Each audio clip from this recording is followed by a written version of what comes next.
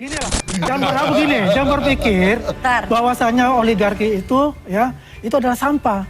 Dia itu punya andil juga untuk membangun negara ini. Korporasi itu juga punya andil membangun negara ini. Oligarki kita bukan lahir karena jiwa dan pertarungan entrepreneur dia. Tidak.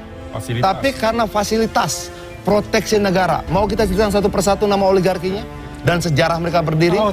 Oke, kenapa dia berdiri? Apa fasilitas yang diberikan negara? Apa perlindungan yang diberikan negara? Berapa hektar? Semua punya data itu. Oke, pengusaha-pengusaha lah. Tapi mereka sudah mengambil terlalu banyak dan mau mengambil lagi itu problem.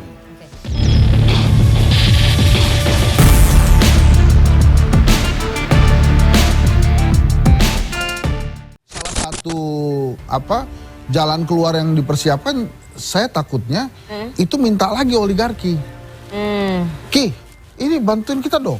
Karena diserahkan ke infrastruktur ke swasta kan? Iya, semuanya swasta. Nanti ujung-ujungnya mereka minta apa lagi gitu dari kita. Oligarki itu apa nggak boleh untuk bisa membangun negara ini?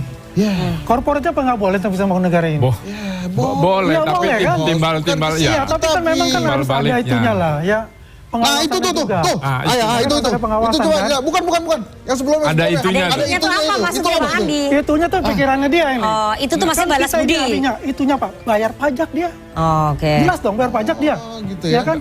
Yang menyerap tenaga kerja. Waktu Ya kan? zamannya Kita lihat gini ya, jangan selalu berpikir bahwa itu harus pemerintah semua. Kita harus libatkan juga lah. Pihak swasta, misalnya Pak Nasir, punya perusahaan. Dia bisa terlibat juga gitu loh. Tapi janganlah. Pasti baru di Indonesia ya? Gini lah, jangan berpikir bahwasanya oligarki itu itu adalah sampah. Dia itu punya andil juga untuk membangun negara ini. Korporasi itu juga punya andil membangun negara ini. Kita itu tidak pernah melahirkan entrepreneur sejati. Oke. Oligarki kita bukan lahir karena jiwa dan pertarungan entrepreneur dia. Tidak. Tapi karena fasilitas proteksi negara. Mau kita ceritakan satu persatu nama oligarkinya? Dan sejarah mereka berdiri. Oke? Kalau kita omongin, ribet nih bos. Kenapa dia berdiri? Apa fasilitas yang diberikan negara? Apa perlindungan yang diberikan negara? Berapa hektar? Semua punya data itu. Oke? Bukan itu yang akan membangun bangsa ini. Itu loh. Bukan kita anti pengusaha, tidak. Pengusaha-pengusaha lah. Tapi mereka sudah mengambil terlalu banyak dan mau mengambil lagi itu problem. Ya itu maksudnya law enforcement-nya. Makanya gue bilang ke lu, oligarki kita sejarahnya tidak sama dengan entrepreneur Jepang, entrepreneur Korea, entrepreneur Eropa, nggak sama. Itu loh. Kita di sini bukan untuk menghakimi negara, pemerintah bisa atau tidak. Kan tadi kayaknya Bang Aswan nuduhnya tuh kita kagak setuju. Enggak, ini kita lagi sumbang saran. Makanya tadi kita kasih tahu. Pikirin mana yang mas dan mana yang wants. Jangan ujuk-ujuk lagi si oligarki lagi jadi jalan keluar. Tadi udah ada pemotongan anggaran 300 triliun kan masih kurang 300 masih defisitnya. Mau diambil lagi 100. Jadi ada beberapa step-step yang akhirnya membuat ini negara mau gimana nantinya. Cari uangnya. Gue setuju sama Mas Agus. Itu sesuai juga dengan hasil surveinya Kedai Kopi. Kedermawanan orang Indonesia itu nomor 1. Udah, pemerintah ngomong aja yang baik. Kita butuh dibantu nih. Tapi tolong penegakan hukum yang benar, pemberantasan korupsi yang benar, yang lain-lainnya juga yang benar. Kan begitu caranya. Jadi kalau negara minta ke rakyat, bantuin, dibantu pasti. Visinya Pak Prabowo itu adalah keberlanjutan, di mana program unggulannya Pak Jokowi adalah pembangunan infrastruktur di IKN. Jadi itu udah nggak menjadi prioritas ya? Ya kita begini, kalau waktu Pak zaman Jokowi yang itu prioritas. Kan kita lihat keadaan sekarang itu seperti apa. Dengan fiskal yang sangat kecil ini, memang harus dikelola lebih baik dengan prioritas-prioritas yang... Jadi IKN bukan prioritasnya Pak Prabowo ya? Ya kalau kita melihat kenyataan, itu memang bukan prioritas. Anggaran IKN itu turun dari 5, sekian jadi 1,6 triliun. 1,6 triliun total. Dari 6, apa indikatif 1,6 triliun itu kalau menurut kita itu hanya cukup untuk biaya perawatan, tidak akan ada penambahan apa-apa. Nah sekarang kalau begini. Tapi kalau kemudian misalnya ditanya gini, misalnya kita ditanya gini. Wahai rakyat, mana yang kalian lebih butuhkan hari ini? Makanan atau IKN? Ya pasti butuhnya makanan dong. Ya sudah, IKN-nya harus rela dulu ditunda 1 tahun. Ini dulu, saya mau jawab. Semua dilakukan demi rakyat. Ini kan kita bicara IKN. Nah untuk IKN ini, ya dengan dana seperti itu memang kalau kita lihat memang kemungkinan akan lebih lebih selektif lagi gitu, mungkin pelayanan sebagainya. Tapi kita lihat bahwa ini kan KPBU, kerja sama pemerintah dan badan usaha. Ini harus pandai-pandai juga nih Pak Bas ini untuk bisa mencari investor dari luar. Jadi belum ada investornya ya? Ini kan kita belum tahu 2025 ini ya kan apakah ada investor. Kalau kemarin kita lihat Rusia sudah masuk, kan Australia sudah masuk walaupun tidak signifikan. Tapi sudah ada willingness itu loh dari investor asing ya untuk masuk itu. Dan ini tinggal bagaimana KPBU ini dioptimalkan gitu loh. Ya kalau kita kan 20% itu dari APBN, 20% itu dari BUMN. Ya kan 60% itu adalah dari KPBU. Bagaimana sih ini sekarang ini Pak Bas ini bisa memikirkan, memutar otak lebih ini lagi ya. Bagaimana mendapatkan investor dari luar. Ya, itu salah satu solusi juga untuk IKN. Jadi nggak boleh bergantung sama pemerintah lah ya. Ya, yang jelas ikan itu tidak akan mangkrak lah. Dulu itu ceritanya IKN itu dibentuk tidak akan menggunakan APBN. Ya. Pada kenyataannya. Lalu dalam praktiknya ternyata investor nggak masuk-masuk. Kemudian datanglah Presiden Jokowi saat itu untuk minta, ayo masukin dong 90 sekian ya kalau nggak salah ya. 90 triliun di awal. 90 triliun dong untuk bangun IKN. Jadi yang terbangun sekarang ini bukan dari investasi swasta, bukan dari KBL, murni bukan, APBN. tapi murni APBN. Masih tersisa lah dalam 5 tahun ke depan 48 triliun lagi. Kalau kita bagi rata harusnya antara 8 sampai 9 triliun lah per tahun. Tahun ini diputuskan tinggal 1,5 triliun. Katanya ada sisa investasi 6,3 triliun. Tapi tidak tahu kita. Dari mana dan bagaimana perjanjian investasi segala macam kita tidak tahu. Nah, saat ini seluruh anggaran dipotong. Yang dibutuhkan adalah kelegowoan apa ya? Kelegowoan itu relaan. Kita legowo sudahlah. Oke, kita harus selamatkan anak-anak kecil kita harus selamat generasi kita segala macam, yang lain ngalah. Oke. Tapi bisa nggak semuanya dipotong? DPR-nya dipotong sedikit, ini sedikit, ini sedikit, Kementerian Pertahanan sedikit, ini sedikit, sesuai dengan arahan yang 16 poin tadi itu gitu loh.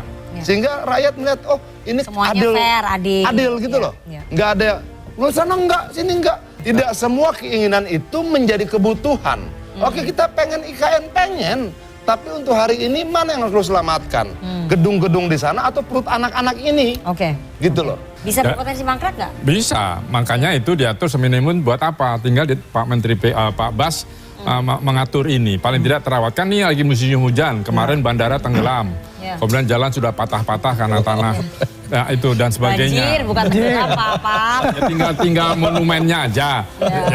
Ya apalah banjir atau apa. Tapi artinya harus ada dana itu. Karena kalau tidak sama sekali dana perawatan itu mangkrak. Itu nanti buaya-buaya balik itu. Ya kan, beruang madu balik karena kan habitatnya dirusak. Kami dengar beberapa pekerjaan udah ditarik balik nih ke Jakarta karena memang nggak bisa dibayar dan tidak dibayar. Iya, bukan ditarik kembali, ada yang memang nggak bisa bayar. Iya, ada yang belum dibayar. Artinya dengan target yang tadi Pak Prabowo kan sempat bilang ya sebelumnya bahwa kita akan pindah nih 2028. Jadi itu nggak. Ya itu kan memberi angin surga aja kan nggak mungkin karena bangun dari awal saya katakan. Siapa? Ke pendahulunya? Iya kan dari awal saya bilang pindah negara ibu kota tuh 20 tahunan di seluruh dunia. Jadi kalau 2 tahun Pak Jokowi sudah bilang nggak bisa. Nggak percaya sih, investor datang asing nggak ada tanah PKS percaya PKS. Greenfield itu dari dulu nggak akan ada, selalu harus APBN yang bangun baru investor lihat mau datang. Kalau dia sudah datang, ini di hutan gue mau nanam apa gitu, atau mau bangun apa, itu yang menjadi persoalan. Kenapa kok tiba-tiba ya konon nih kan sudah oversubscribe, banyak yang datang, investasi ini, investasi itu. Pak Bahlil juga waktu jadi Menteri Investasi kan telah mendatangkan sekian ribu triliun. Terus tiba-tiba hari ini kita bicara pemotongan. Kan bingung kita juga. Mana yang bohong dulu apa sekarang? Kan gitu jadinya. Itu kan gitu tuh. Jadi kan tiba-tiba, kok ini tiba-tiba pemotongan sih? Kita kan melihat betapa indahnya itu IKN waktu Agustusan kan. Sekarang ada warga baru. Pertama jangkrik, sekarang soang. Datang lagi. Nah ini terus tapi Bang Andi oke juga. Pokoknya saya jamin nggak akan mangkrak. Bagus, besok pindah. Duluan. Semangat. Biar nggak mangkrak. Jadi maksud saya kembali lagi ke Pak Jokowi itu tadi. Ini hasbabul nuzul nih tiba-tiba ada pemotongan yang tiba-tiba kurang ini akibat apa? Akibat kita salah hitung di awal atau akibat ada penambahan di atas kertas, angkanya gede tapi nggak ada di realnya. Iya, karena kurang matangnya perencanaan. Iya, itu. Sebenarnya di APBN itu kan selalu dibuka untuk APBN perubahan, tapi sudah beberapa tahun ini Nggak ada kita APBN nggak ada perubahan, betul. perubahan. Makanya Bambang Walaupun Susantono ada mundur. ruangnya. Maka Bambang Susantono mundur karena banyak perubahan-perubahan yang dilakukan. Iya, Kepala otorita IKN Iya. itu gitu. Karena Jadi ada kan sampai duitnya. hari ini akhirnya ya udah yang paling benar Tapi Mas Ustadz Hensat- Yusuf Mansur. Baik, Pak Sebetulnya Jokowi. saya yang paling saya takutkan adalah itu kan investasinya kita sudah besar sekali di IKN. Kata Menteri ARA itu 36 rumah menteri udah jadi. Terus katanya juga udah banyak warung Madura buka di sana. Ya. Kalau kemudian ini tidak dilanjutkan, kan kita rugi berkali-kali tuh. Iya. Rugi investasi karena akhirnya nggak bisa maksimal digunakan. Kemudian kalau kita datang lagi ada beberapa renovasi lagi yang harus dilakukan. Jadi ruginya tuh berkali-kali lipat. Sebenarnya sih sekarang ini waktunya Pak Prabowo untuk jujur-jujuran aja. Ini sebetulnya udahlah. Dia mau Ini ngelanjutin apa enggak begitu? IKN dia, ini go or no go. Kalau lo mau go nanti kapan? Periode kedua saya lah. Periode pertama ini saya akan menyelesaikan dulu nih supaya uang saya balik dulu lah.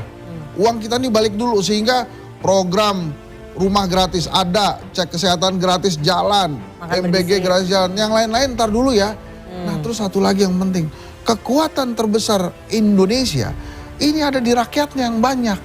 Ya udah minta pengertian aja. Oke. Kalau misalnya kemudian ada rakyat yang bilang, kan waktu kampanye janjinya nggak kayak gitu, nggak minta tolong rakyat.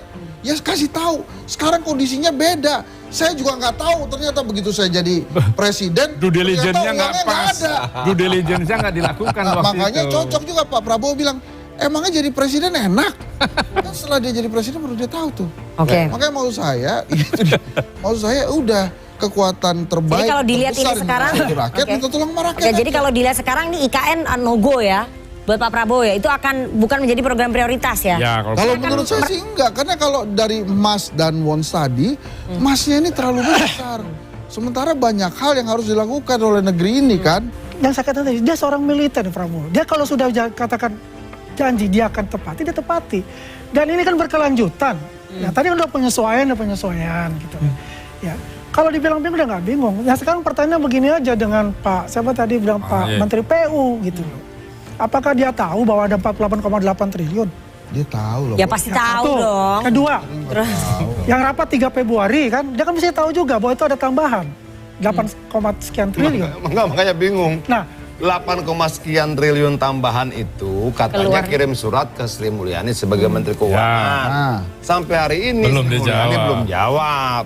Yang keluar adalah pemotongan dari 5, sekian menjadi 1,6. Oke. Nah ini juga jadi problem kita bersama-sama. Mau dengar siapa?